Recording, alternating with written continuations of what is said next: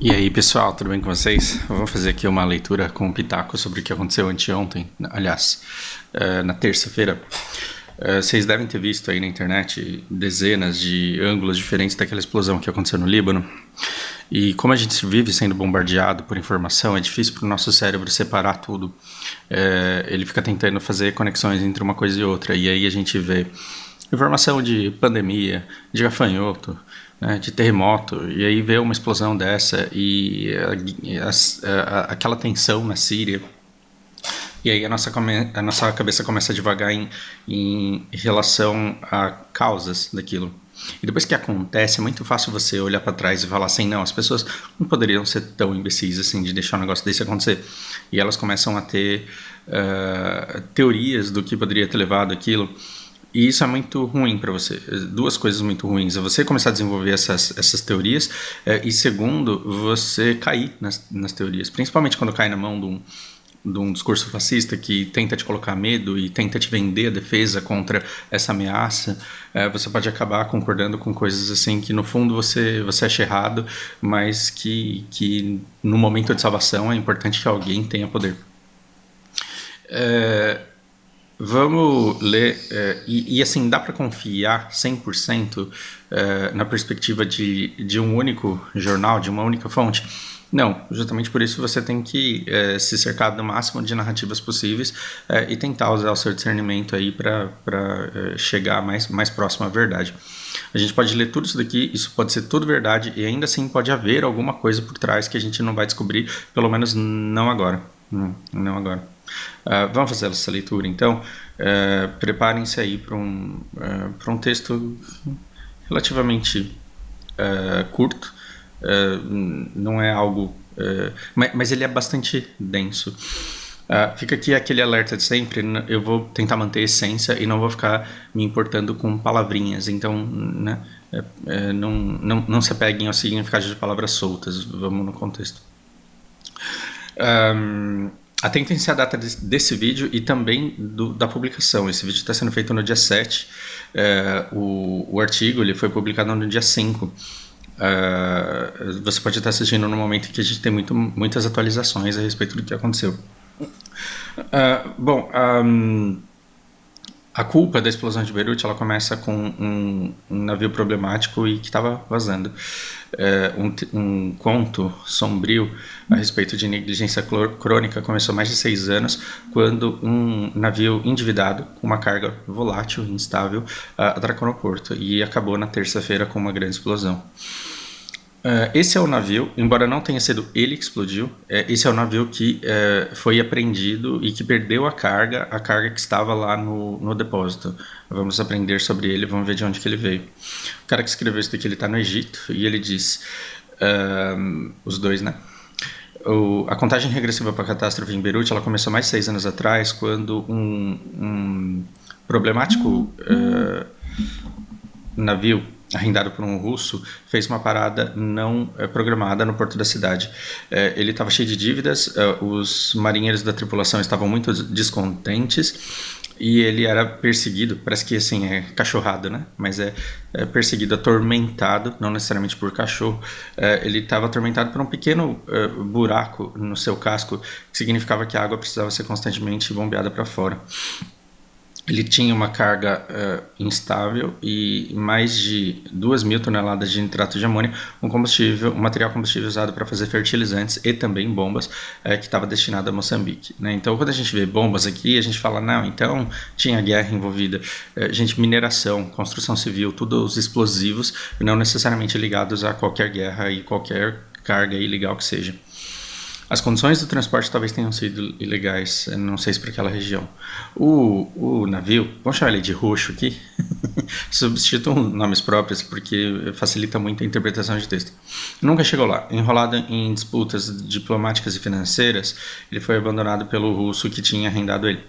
O nitrato de amônio ele foi transferido para o armazém ali do lado do cais, e o nitrato onde ficaria por anos, até terça-feira, quando ele explodiu, de acordo com oficiais libaneses, mandando uma onda de choque que matou mais de 130 pessoas e feriu outras 5.000.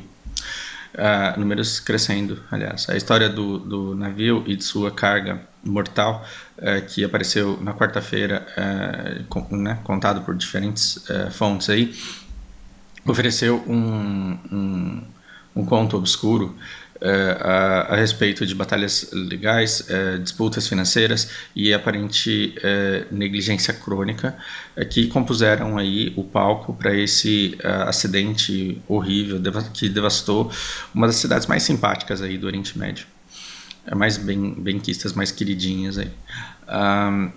Eu estava horrorizado, eu fiquei horrorizado, disse o Boris. Como que a gente vai chamar ele? Vamos chamar ele de Prechekov. Façam isso. O Boris, ele é um cara de 70 anos e ele é o capitão aposentado desse navio. Ele esteve presente nesse navio durante boa parte dessa história. Vamos ver o que ele tem para contar. Disse ele a respeito do acidente, falando no telefone numa entrevista a partir da Rússia. E Sochi é uma cidade resort no Mar Negro, um pouquinho para cima do lugar onde toda essa jornada até Beirute começou. No Líbano, a raiva, o ódio, né, do público focou na negligência das autoridades, que estava ciente do perigo colocado pelo armazenamento de 2.750 toneladas de nitrato de amônia no depósito, nas docas ali de Beirute, e ainda assim falharam em agir.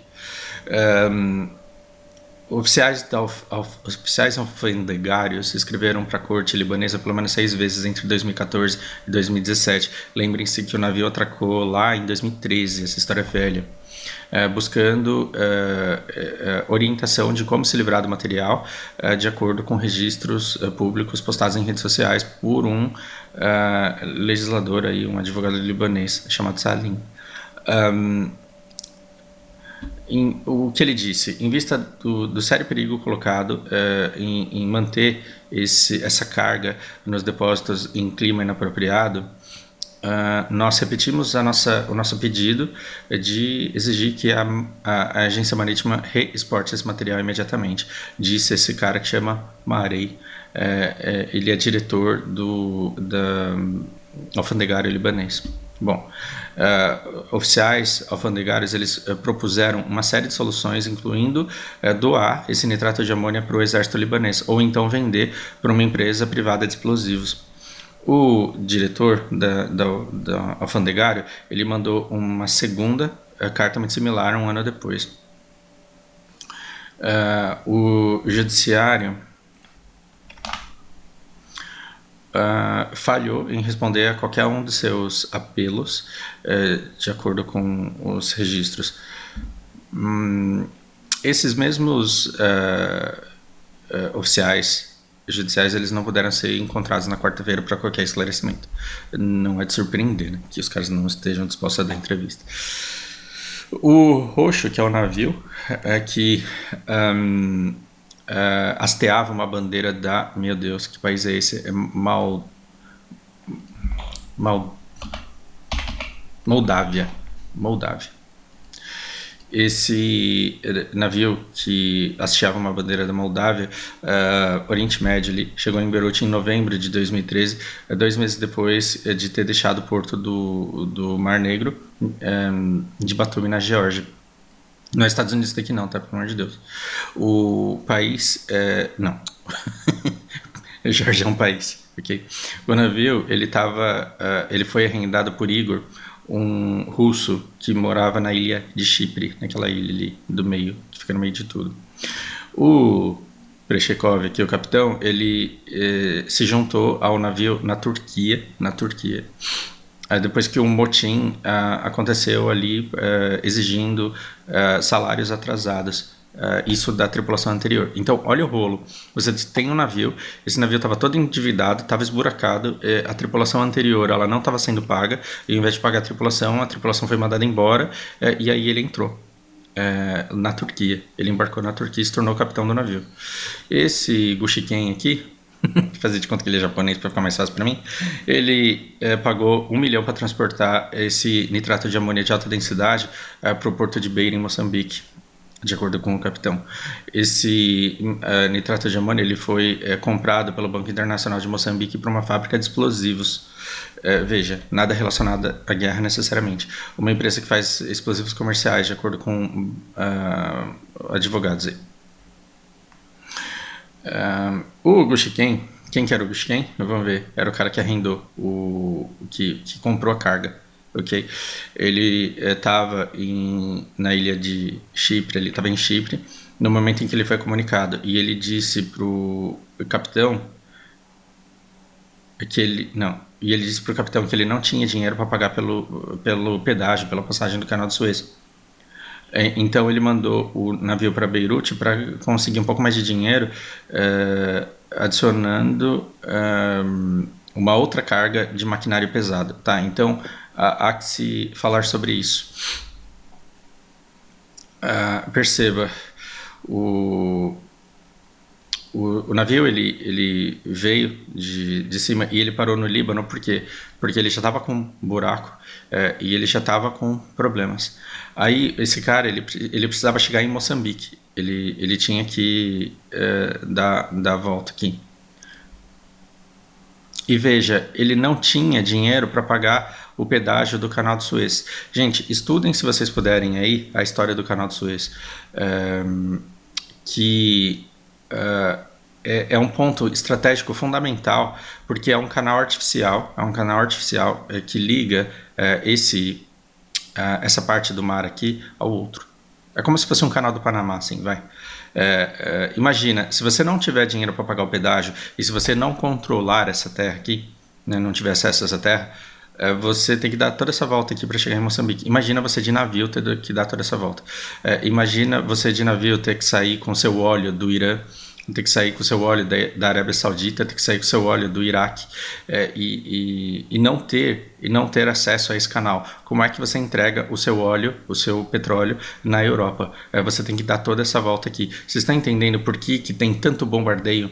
Por que tem tanto terrorista? E por que de vez em quando o Trump ele fala assim, mas tem um cara muito mal aqui da Síria que está judiando de um pessoal aqui de Israel e aí a gente vai lá jogar uma bomba em prol da liberdade? Não caiam, né, nesse papinho de liberdade aí, de justiça.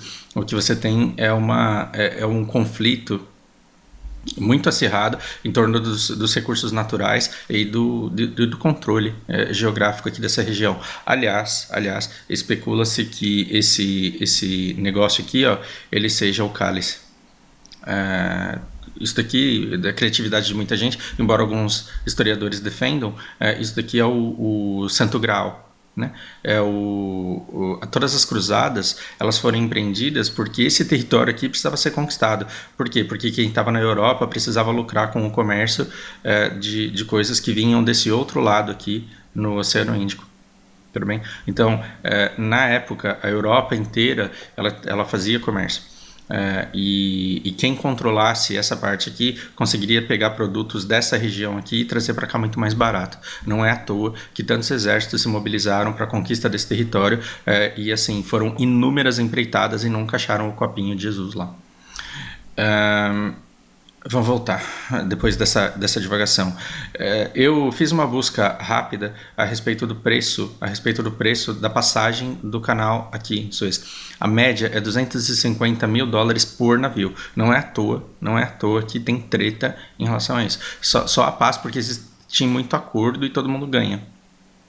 Eu não acredito aí que o Egito esteja levando 100% do valor de hospedagem. Mas só para você passar aqui, você paga por navio cerca de $250 mil.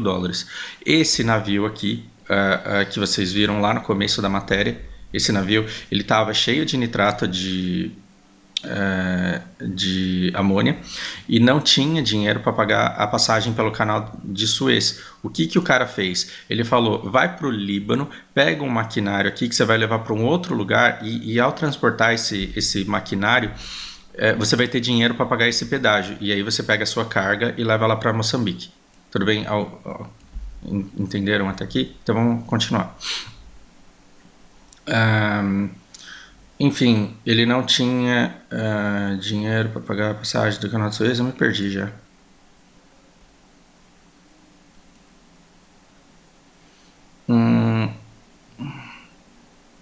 Ok. Então ele mandou o navio para Beirute para conseguir um pouco mais de dinheiro, pegando uma carga adicional de maquinário pesado. Mas em Beirute o maquinário não coube no navio. Não coube no navio. Olha quanto atrapalhada, né? E que esse navio que tinha uns 30, 40 anos. Bom, oficiais libaneses encontraram, determinaram que o navio estava inavegável, não dava para ele continuar navegando. E apreenderam o navio por falta de pagamento de taxas de uso do porto ali e outras dívidas. Quando os fornecedores do navio tentaram entrar em contato com o Shiken aqui para pagamento de combustível, comida e outros itens essenciais, ele não pôde ser encontrado, tendo aparentemente abandonado o navio que ele tinha arrendado. Porque talvez a treta de pagar multa pela carga, de consertar o navio, de pagar o canal lá, talvez fosse para ele mais caro e mais risco do que ele já tinha ali investido na compra do material. Bom, 6 membros da tripulação voltaram para casa, mas oficiais libaneses forçaram o capitão e 3 membros da tripulação a ficar no navio até que o débito fosse pago. A restrições de imigração libanesas impediam que essa tripulação ela pudesse descer do navio. Então eles passaram um perrengue enorme ali para conseguir comida e outros suprimentos, de acordo com seus advogados. O Prechekov, que é o capitão, aquele aposentado de 70 anos que deu a entrevista, ele disse que os oficiais do porto eles ficaram com pena da tripulação faminta e arrumaram comida para eles. No entanto, ele adicionou que eles não mostraram nenhuma preocupação com a carga perigosa, eles só queriam o dinheiro que eles deviam. O perrengue que eles passaram ali atraiu a atenção da Ucrânia, onde as notícias de televisão mostravam eles como reféns, prisioneiros num navio abandonado. Capitão russo, o capitão que era cidadão russo, a gente está falando do Prechekov ali, né? O capitão, que era um cidadão russo, ele fez um apelo à embaixada russa no Líbano por ajuda, mas ele só conseguiu uns comentários salties, assim, né? Com sarcasmo do tipo, você espera que o presidente Trump mande forças especiais para tirar você daí? Se vira, rapaz. Você quer que o Bolsonaro perde tempo aí daí te buscar? Se vira aí. Cada vez mais desesperado, o capitão vendeu combustível do navio e usou isso para contratar advogados. Esses advogados eles também alertaram as autoridades libanesas de que o navio ele poderia afundar ou explodir a qualquer momento. Um juiz libanês ordenou a soltura da tripulação por compaixão mesmo em agosto de 2014. Os caras chegaram em novembro de 2013. Eles ficaram lá até agosto de 2014. Em agosto de 2014 o juiz olhou para eles, ficou com dó e falou, tá bom, galera, pode ir embora. E o Gushiken, ele tendo reaparecido, pagou a passagem dos caras para a Ucrânia. Não pagou as dívidas que ele tinha no porto, não deu fim no material, mas pelo menos mandou os caras aqui embora. Ele também não foi encontrado até quarta-feira. Bom, com a partida, tá acabando, tá? Não desanimem não. Com a partida dessa tripulação, as autoridades libanesas elas ficaram encarregadas dessa carga mortal e a moveram para um depósito. Para umas instalações de depósito que eram chamadas de Hangar 12 e ficaram lá até o momento da explosão na terça-feira. Eita! Fiz um negócio que eu não queria. E vamos colocar o chá para cozinhar aqui. Tá errado esse negócio de ficar parado.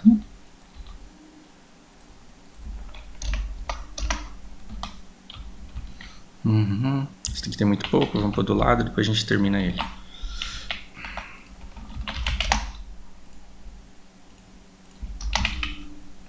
Ok, a gente abre aqui para ficar vendo. O nitrato de amônia, quando é misturado com combustível, cria um poderoso explosivo comumente usado em construção civil e mineração. Mas ele também é usado para fazer dispositivos explosivos utilizados por terroristas, como o Homem-Bomba de Oklahoma em 95 e outros que eu não conheço. A venda de nitrato de amônia é regulada nos Estados Unidos e muitos países europeus exigem que ele seja misturado com outras substâncias para fazer com que ele seja menos potente. O navio ele tinha esse material concentrado, vale lembrar. O gerente geral ali do porto o fadão ali, o gerente do porto de Beirute, chama Hassan, o cara, disse numa entrevista que oficiais de segurança e alfandegários fizeram pedidos reincidentes ali, várias vezes, para a corte do Líbano, para que eles tivessem esse material retirado dali, mas nada aconteceu. Nos disseram que esse material ele seria vendido num leilão, mas esse leilão nunca aconteceu e o judiciário nunca agiu. Esse Coraitem aqui, ele ficou a cargo do porto por 17 anos e disse que quando ele escutou a primeira explosão na terça-feira, ele achou que era um ataque aéreo. Líbano, aliás, que já sofreu bastante aí com ataques terroristas e não é surpresa para eles, não é uma coisa que choca. Você dizer que teve bombardeio no Líbano é a mesma coisa que você chegar para um carioca e falar que teve um tiroteio. Ele vai falar quantos essa semana? Não, tô sendo banal aqui, me desculpem. Ele não tinha ideia do que causou esse fogo inicial nessas instalações que precederam o segundo, uma explosão muito maior. 4 de seus funcionários morreram na explosão. E ele diz, não é a hora de ficar encontrando culpados, isso daqui a gente está vivendo uma catástrofe nacional. Mas, para muitos libaneses, a história é só um outro sinal da falta de gerenciamento crônica da classe dominante ali, que está levando o país para uma crise econômica punitiva este ano. O Líbano está com 80% de inflação anual, tem diferença social enorme, gritante. Você tem uma camada alta, muito parecida com a brasileira, a gente tem muito dinheiro e que vive muito bem, mas você tem uma classe média caindo na pobreza e muito pobre se lascando e muito imigrante, muito fugitivo da Síria. Eles são um país que abraçam todo mundo, mas quanto mais gente eles recebem e quanto mais vacilo eles dão ali no controle da economia, mais as pessoas passam os perrengues que estão passando. Então, em cima de tudo isso, eles ainda têm uma situação dessa. Bom, o Prechekov aqui, ele ainda tem $60 mil para receber em salários atrasados, e ele colocou a culpa no Gushigin, o cara que comprou a carga, e nos oficiais libaneses que primeiro eles insistiram em apreender o navio, uma coisa que não precisava ter feito, e pior ainda, de manter o nitrato de amônia no porto, ao invés de espalhar isso em seus campos. Essa parte ela é bem legal, e está acabando o texto aqui, e aqui está a bifurcação que eu quero conversar com vocês. O Prechekov ele disse eles poderiam ter excelentes plantações, eles poderiam ter tido excelentes colheitas ao invés de uma gigantesca explosão. Por quê? Porque o nitrato de amônia ele também serve como fertilizante. O roxo, o navio, o Prechekov ele ficou sabendo através de seus amigos que foram para Beirute que ele afundou no porto, nesse mesmo porto, em 2015 ou 2016, depois de ter água a bordo, ele disse. Então, talvez esse navio ainda estava lá, porque ele afundou aqui abandonado. Esse navio, lembra que ele estava com um furo, aí a água entrou dentro dele, e aí ele afundou. Talvez ele está debaixo da água lá até hoje, mesmo agora depois dessa explosão. Então ele ficou sabendo que o navio afundou. A sua surpresa, quando ele ficou sabendo disso, é que não tivesse acontecido antes, porque o navio atracou lá em 2013, foi afundar só em 2015, 2016, até que durou muito com o furo ali que ele já tinha. Aqui, gente, a gente faz uma bifurcação, e aí você escolhe o que você quer. Ou você acredita, e eu tendo mais para esse lado, tá? Ou você acredita que grande parte das merdas que acontecem no mundo, elas são resultado só de aleatoriedade e incompetência, burrice e descaso, né? Então, o presidente Kennedy ele pode ter morrido por descaso e por aleatoriedade. O World Trade Center lá ele pode ter caído por descaso, por burrice, por falta de cuidado. Ou então você vai para um outro lado que é conspiracionista e que fala por que eles aprenderam e por que eles ficaram justo com essa carga lá naquele hangar.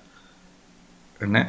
Então, talvez isso daí foi uma estratégia de muito tempo plantada para destruir aquele porto, porque ele é estratégico, e aí destruiu também o armazém de cereais que a população tinha para se alimentar. Todo tipo de narrativa desse tipo vai surgir, e tudo bem, você pode acreditar no que você quiser. Eu só te peço, não só em relação a esse caso desse navio, mas para você, sempre que você escutar alguma história alguma história conspiracionista, que você pare para escutar a pessoa que está te falando, te contando a história e pense o que é que ela ganha fazendo as pessoas acreditarem nisso. Então vamos supor que um amigo seu foi convencido e ele te conta a história. Você não vai perguntar o que o seu amigo ganha com essa história, porque ele não ganha nada. Mas onde foi que esse seu amigo descobriu essa história conspiracionista? E aí você tenta entender o que as pessoas que começaram essa história ganham a fazer você acreditar nesse tipo de coisa. Porque num momento como esse, de tensão e de escassez de recurso e tudo mais, uma explosão dessa ela pode ser um pretexto perfeito para uma vitimização e para uma mobilização militar. Então, depois da queda do World Trade Center, o que a gente teve? Guerra. Então, uma explosão agora, se ela for associada a um atentado terrorista, você pode ter um pretexto perfeito aí para alguma coisa muito maior. E não precisa ser verdade, note. Não precisa ser verdade. Basta que as pessoas acreditem nessa história. Como é que você se defende de histórias como essa? Se informando o máximo possível do maior número de fontes. É claro, caso você tenha interesse. Agora, se você me disser, Fausto, eu tô cagando pro Líbano, eu tô cagando pra essa carga, eu pouco me importo com isso, a única coisa que eu quero é upar meus itens no BDO. Então, já que você não se interessa pela história de verdade, aquilo que aconteceu de verdade lá, então feche seus ouvidos para conclusões rápidas que as pessoas tiram em relação a isso que aconteceu. Ou você se interessa e vai pesquisar, ou você não se interessa e evita propagar desinformação, porque é muito sério. Aí você fala, Fausto, por que você está dando um discurso desse tamanho numa coisa que aconteceu lá no Líbano e não tem nada a ver com a gente? Porque o dia que tiver alguma história parecida aqui no Brasil, ela vai ter viés. E aí eu vou falar, e aí as pessoas me neutralizam dizendo, é porque você é contra o Bolsonaro. É porque você é um esquerdista nojento, é porque você é bolsominion. Então, quando acontece fora da nossa terra e a gente não tem ligação emocional com o que aconteceu, aí é a hora de você criar os seus padrões de raciocínio e as suas noções, assim, os seus parâmetros de interpretação do que acontece na realidade. Então, será que se um dia isso daqui acontecer no Brasil, a gente vai ter o mesmo julgamento que a gente tem em relação ao que aconteceu no Líbano, caso esse assunto seja de seu interesse? Esse foi o meu objetivo ao gravar tudo isso daqui, e do fundo do coração espero que tenha sido útil ou informativo. Ok? Por hora é isso, um grande abraço para vocês.